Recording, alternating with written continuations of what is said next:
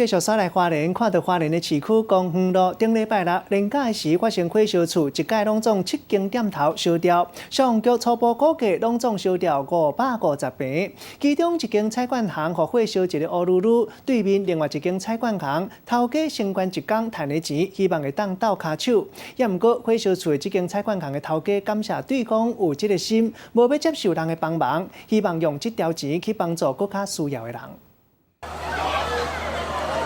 国庆连假期间，花莲的一场大火，将规排的厝7间店家拢总烧了了。如今现场店面徛家拢总是互火烧过的模样。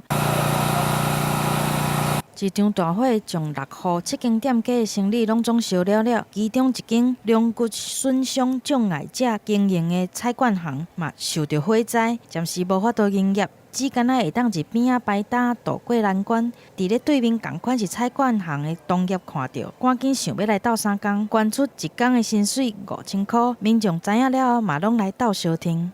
好，很好，他有爱心，对对对。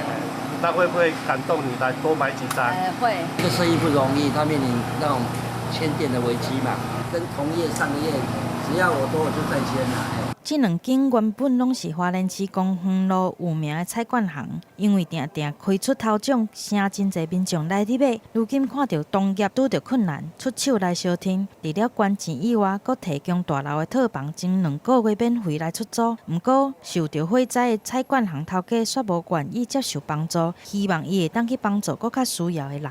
觉得不需要啦。为什么？我觉得还好啦，他去帮助比较有需要的人。虽然受到拒绝，但这份爱心成功升起民众来咧斗相挺。虽然火灾也搁咧调查，但菜馆行温暖的斗相共，也搁有民众将心比心来斗相挺，互人看到东部的人温暖的一面。记者综合报道。